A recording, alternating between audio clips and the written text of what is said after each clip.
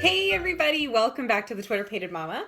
I am filming in my office today and I'm doing a video that I haven't filmed in quite a long time. This is a book club video.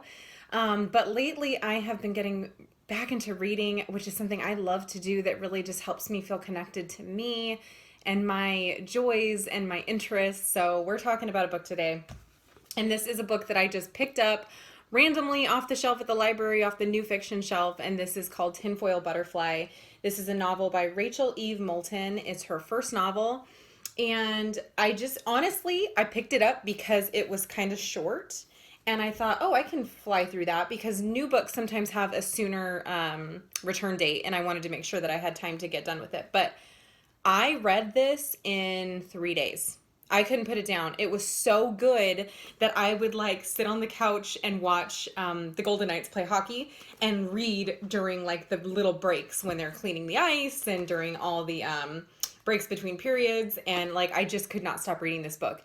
When I read the synopsis of it, I missed the part that said it's scary. So literally the first review on here says, reading Tinfoil Butterfly is like watching a slick modern horror movie and realizing that the real terror comes from being a woman in this world and all the negotiations that involves.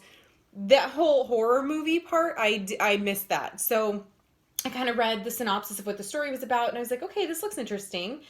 It was scary, and there were parts where I was like balled up.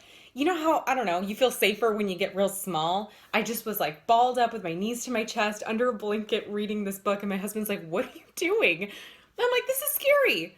But it's really good. So it follows a character named Emma who's fairly young. I think she's in her early 20s, and she's had a rough go of life, and she's kind of just hopeless. And the story bounces back and forth a little bit in time from what's currently going on, which she's hitchhiking, trying to get to the Badlands. It's in South Dakota, and her intentions and her plan get shifted off course, and things don't exactly go the way she thinks they're going to go, and things get really, really frightening. And she ends up meeting this little boy who lives kind of out in the middle of nowhere, and then their story kind of takes off together. But while you're on their story, you're bouncing back in time and learning a lot about her story. And it's very fascinating. It's very interesting. It's very dark. There's a lot of themes in this book that might be disturbing to some people. There is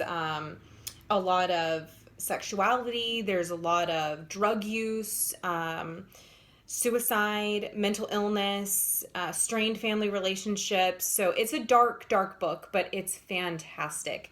And there's a couple quotes that I do want to talk about in here, so that I flagged. What I loved about this story was that it made me think so much, and it made me think so much about my own family, my own beliefs, my own practices and conduct in the world. And I love a book that does that. I love a book where I read something and I go, whoa, and I stop and I think about how it applies to me and how it applies to my family. There was even a few times where I stopped and read it out loud to my husband because she just has a beautiful way of wording things. But one theme that she talks about in this book is evil. And Emma really has a lot of self-loathing that she works through in this story. And she talks about her father, her relationship with her father. But in one part on page 30 of this book, she says, my father used to tell me evil had to be invited in. It's like a friendship at first, he said. You have to want to be friends with it. Open the door wide and let it play with your toys. She goes on later to say, my dad's point, I think, was that evil doesn't take people by surprise. In order for it to really get you, a tiny piece of you has to want it. Wow. I just think there's so much that you can think on with that quote in these couple paragraphs. Evil has to be invited in. That curiosity and that willingness to, I think, and lots of people talk on this, and I think the first time I ever heard anybody talk about it, it was an old episode of Oprah where she was talking about, and I'm sure she had a guest on there talking about how willing we are as women in particular to ignore our gut and our instincts and make excuses or make rationalizations as to why we should remain in a situation that initially makes us uncomfortable. And I was a little girl when I heard this, and they kind of talked about, the gazelle who's running from the lion isn't stopping to think, well, why am I running from this lion? What is the lion's intentions? What does it say about me to run? No, the gazelle's just running to get away from the danger that it feels. It's not stopping to question it.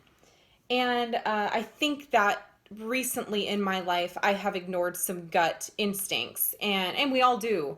But it's something I really want to become more in tune with and listen to more. And I think that's what she was hitting on with that quote. And that's where it kind of hit me. There's another quote. If you're new to my channel, and it's not something I talk about often, so even if you're not new to my channel, I work in recovery from substance abuse, substance misuse. And that's another theme in this book. Her own struggles with addiction, her father's struggles with addiction. But in this book, she says something that I just thought was so beautifully written. Because sometimes people have a hard time understanding addiction. I come from it very scientifically and very therapeutically. Really 100% firmly believing that addiction is a disease. And I'm not opening a debate here. That's my opinion. You don't have to agree with me. But she talks about here some of her struggle with addiction, and I want to share this. She says, the hospital, this is on page 54. She says, the hospital kindly turned me over to prescription drugs, and life happens at arm's length now, close enough to destroy the joy and distanced enough to fog the pain. Holy cow, I stopped when I read that. Close enough to destroy the joy and distanced enough to fog the pain. That was just so beautiful, and it would not surprise me for this author to have either done a lot of research or have some personal experience in her loved one's life with addiction, because I just think that so beautifully encapsulates what it must be like to live in that fog. But this book was enjoyable. Like I said, I got through it so quickly. I couldn't put it down. It is scary.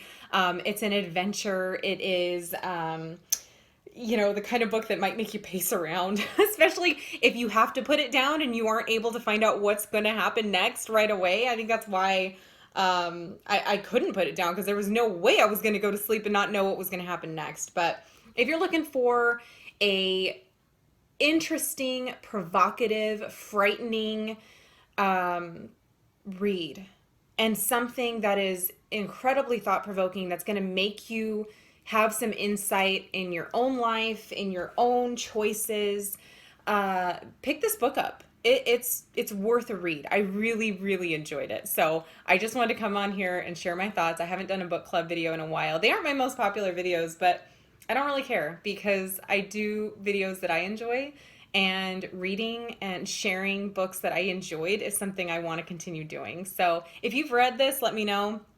If you have any comments about any of those quotes, let me know. Again, I didn't want to start a debate with the addiction disease model. That's what I believe, and I don't need anybody to change or try to change my mind on that. But if you have comments about anything related to this book or things that I've shared related to the book, go ahead and leave those in the comments below, and I will see you next time. Bye.